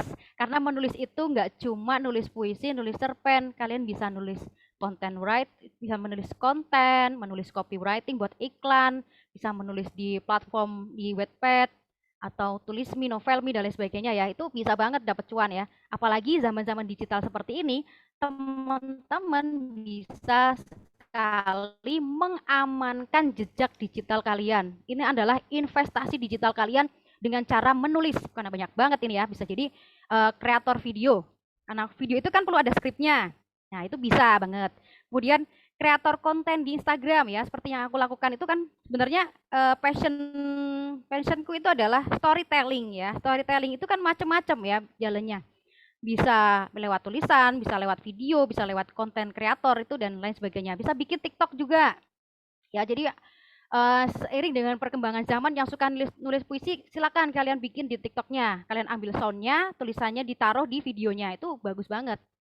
Karena sekarang itu kita harus bergerak cepat dengan perkembangan zaman. Kalau teman-teman pengen lebih maju lagi tulisannya, lebih maju lagi kontennya, ya teman-teman harus mengikuti zaman itu.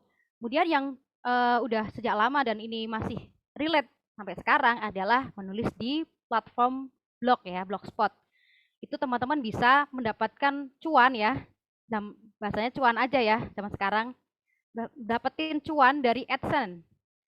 AdSense itu adalah seperti YouTube itu ya, ketika ada banyak viewer di blog kita, maka kita akan mendapatkan AdSense dari Blogspot, dapat uang juga. Kemudian menjadi terkenal, famous ya, ini udah jelas. Seperti penulis-penulis terkenal yang kita kenal sekarang kayak Terelie, kemudian Dewi Lestari, Eka Kurniawan dan lain sebagainya, dia bisa terkenal karena menulis. Selanjutnya adalah membuat jejak sejarah. Ini sudah pasti ya.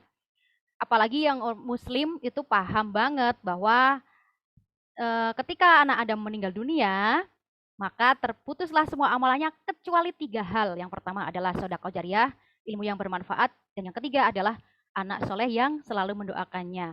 Jika kita meneruskan jejak sejarah berupa tulisan yang bermanfaat, bukan tidak mungkin itu akan menjadi sebuah amal jariyah yang pahalanya akan selalu mengalir meskipun kita sudah tiada. Selain itu, menulis juga menjadi sebuah cara untuk memperpanjang dalam tanda kutip umur kita. Contohnya gimana? Seperti penulis-penulis kitab Islam ya, seperti Imam Syafi'i, terus Imam Al-Ghazali dan lain sebagainya, itu kan beliau sudah wafat bahkan ribuan tahun yang lalu, ratusan atau ribuan tahun yang lalu. Akan tetapi tulisan beliau-beliau ini bisa kita nikmati sampai sekarang. Itu artinya dia memperpanjang umur mereka ya, selain umur asli yang mereka miliki. Itu. Oke ya, next.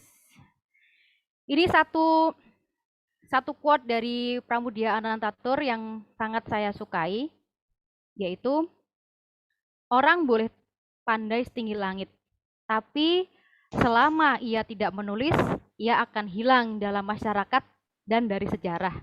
Menulis adalah bekerja untuk keabadian. Ini aku ingat banget ya, ketika dulu sekolah, sering menemui teman-teman yang pinternya luar biasa pada zaman itu.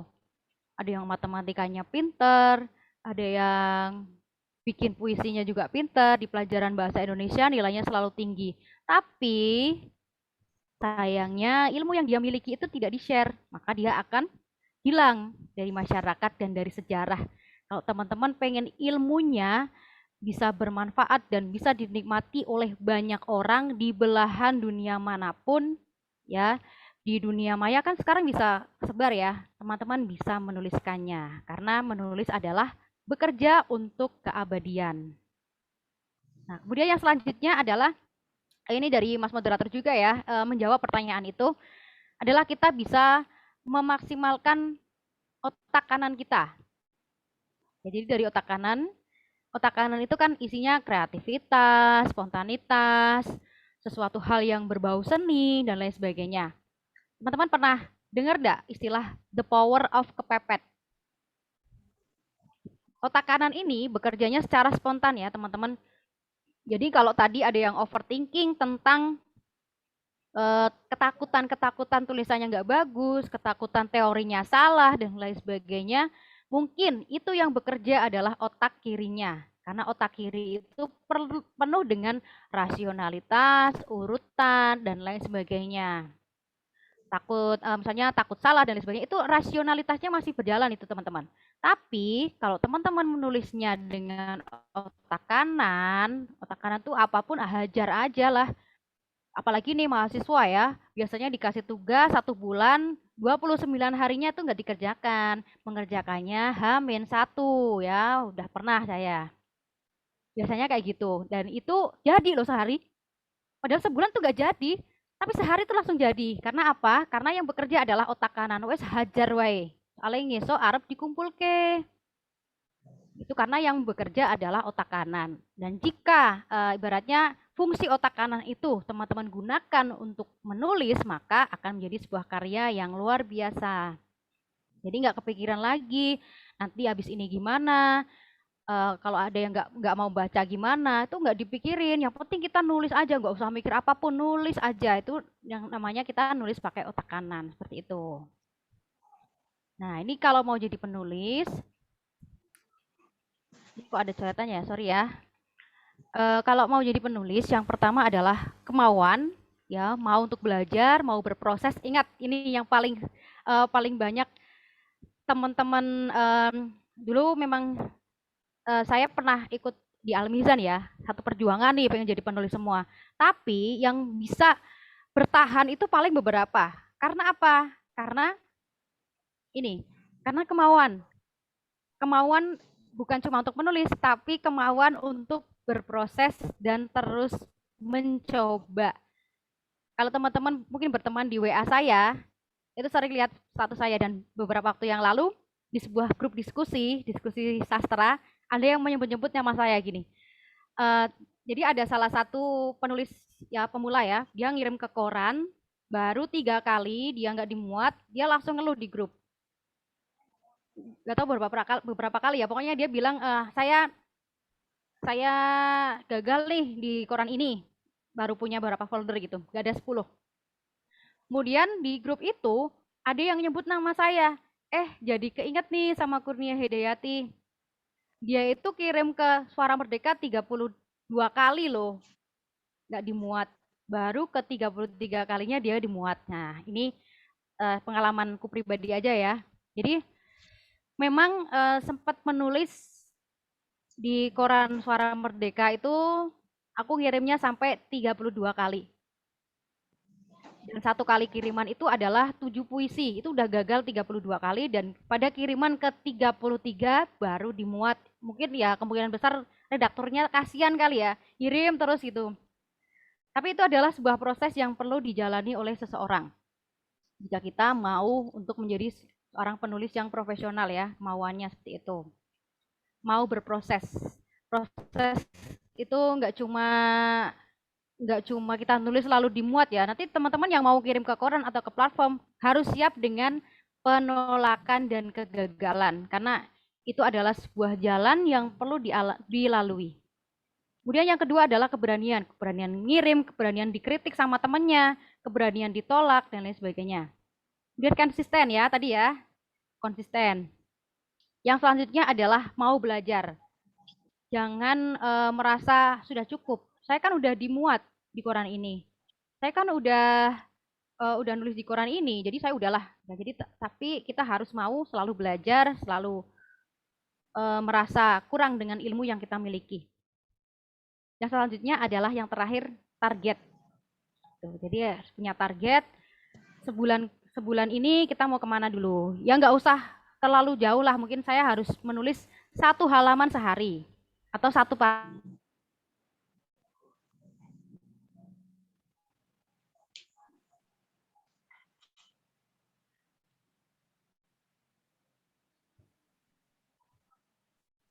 Videonya keputus Kak. Atau saya mau bikin putus ya suaranya ya? Barusan keputus. Oh ya, mungkin saya mau bikin konten TikTok lah, misalnya jalan-jalan ke pantai, bikin apa di video gitu ya, di video, kemudian dari pantai itu teman-teman bikin sebuah video dan ditulis captionnya atau ditulis di videonya itu adalah puisi teman-teman atau sebuah keluh kesah teman-teman ya, awal-awal dari artikel itu mungkin bisa gitu, atau quote-quote-nya ditulis di situ, boleh banget itu ya. Oke, itu dari saya.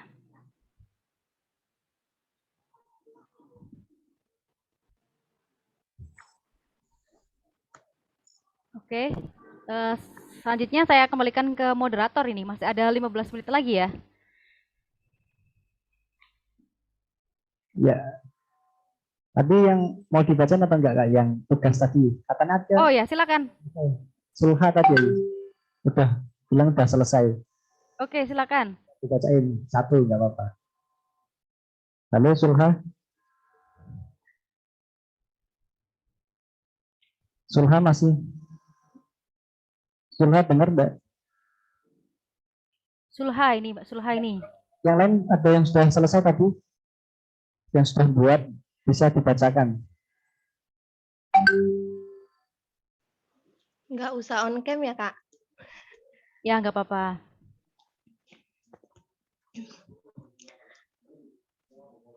Berantakan. Itu yang aku rasakan. Pikiranku melayang seakan tak tahu di mana arah pulang. Jalan buntu kini menghambat langkahku.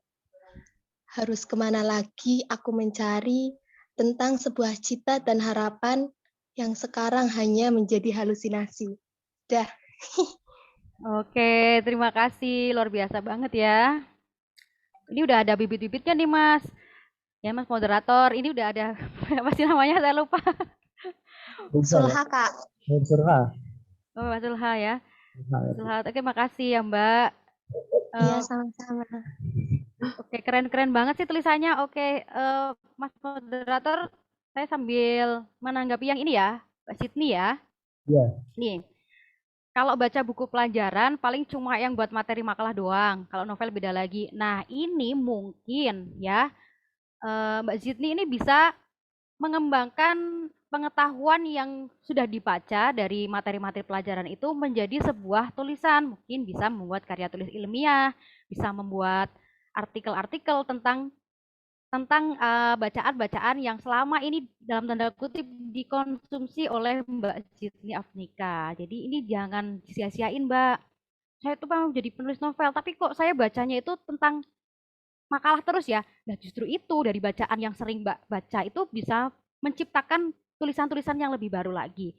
Seperti jadi beberapa tahun belakangan karena saya sudah bekerja ya, aku udah bekerja, otomatis bacanya tentang buku-buku tentang pekerjaan, misalnya tentang pendidikan, tentang pengembangan diri, dan dari situlah justru muncul ide-ide tulisan yang lebih baru lagi. Memang akhir-akhir ini aku udah jarang nulis puisi, tapi aku nulis artikel yang berasal dari bacaan-bacaan yang aku baca yang selain puisi seperti itu. Jadi bisa banget di apa namanya dimanfaatkan ya.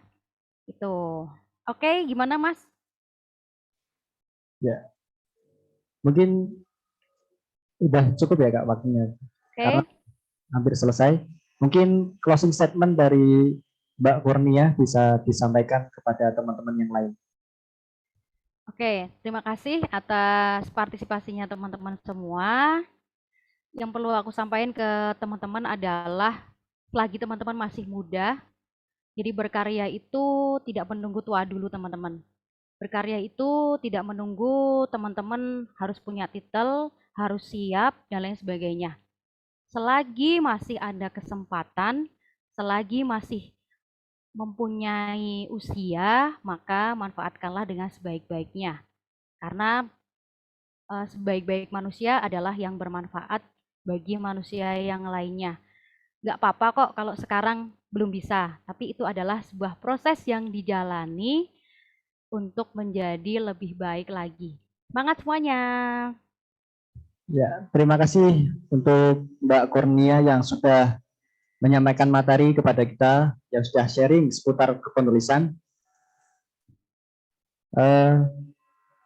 Saya simpulkan materi pada hari ini, kepenulisan ialah menuangkan gagasan atau ide dalam sebuah tulisan. Kemudian dalam menulis itu kita diawali dengan niat, ide, kemudian tulis saja apa yang ada di dalam pikiran kita atau yang kita rasakan. Mencari ide itu bisa dengan membaca sehingga bisa menghasilkan referensi. Kemudian ketika kita menulis, yang pertama adalah harus memiliki kemampuan. Karena setiap orang bisa menulis, tapi tidak semua orang mau menulis. Kemudian harus memiliki kebenaran yang target, yaitu sesuatu yang ingin kita capai, serta konsisten dan mau belajar. Baik, sebelum kita akhiri, pertemuan kita hari ini, ada foto bersama dulu.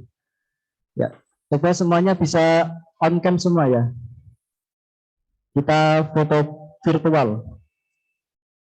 Ya, silakan yang masih off cam bisa di on cam kan. Nur Aulia masih. Nur Aulia, Arif, Sulha. Coba yang masih off bisa on cam semua. Rizka, Aulia, Sulha, Wafida. Wafida masih di mana nih? Kok masih off? Ya, sudah siap semuanya? Ya, kita hitung ya. Gayanya biasa dulu, formal dulu. 1, 2, 3. Ya, coba gaya pes, kepal tangan kiri. Sudah siap semuanya? 1, pakai kepal ya, kepal tangan kiri. 1, 2, 3. Oke. Oke, sudah. Terima kasih untuk semua untuk pemateri dan semua teman-teman yang sudah berhadir. Jangan lupa untuk mengisi link absensi yang sudah disediakan di room Zoom. Baik, kita akhiri materi hari ini dengan bacaan hamdalah bersama-sama. Alhamdulillahirabbil alamin. Untuk selanjutnya saya kembalikan kepada MC. Terima kasih. Wassalamualaikum warahmatullahi wabarakatuh.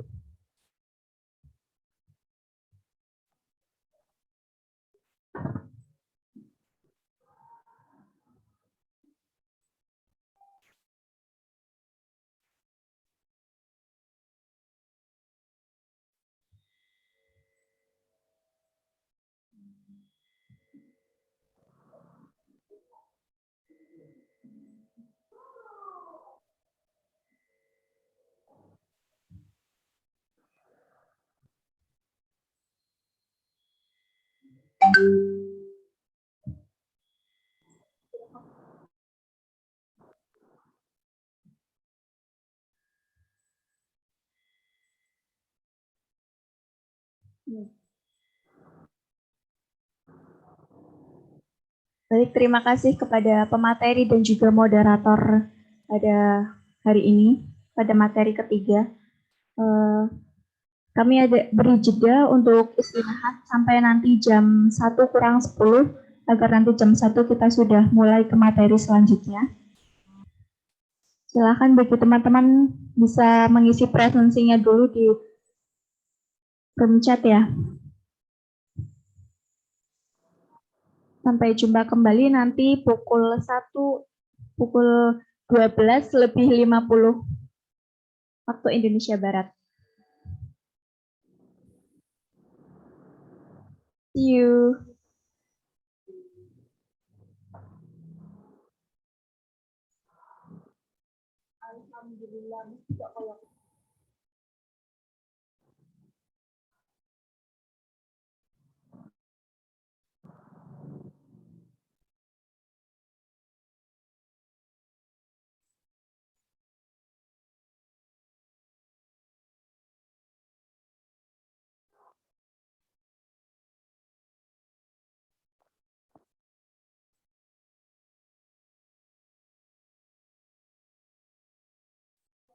Thank you.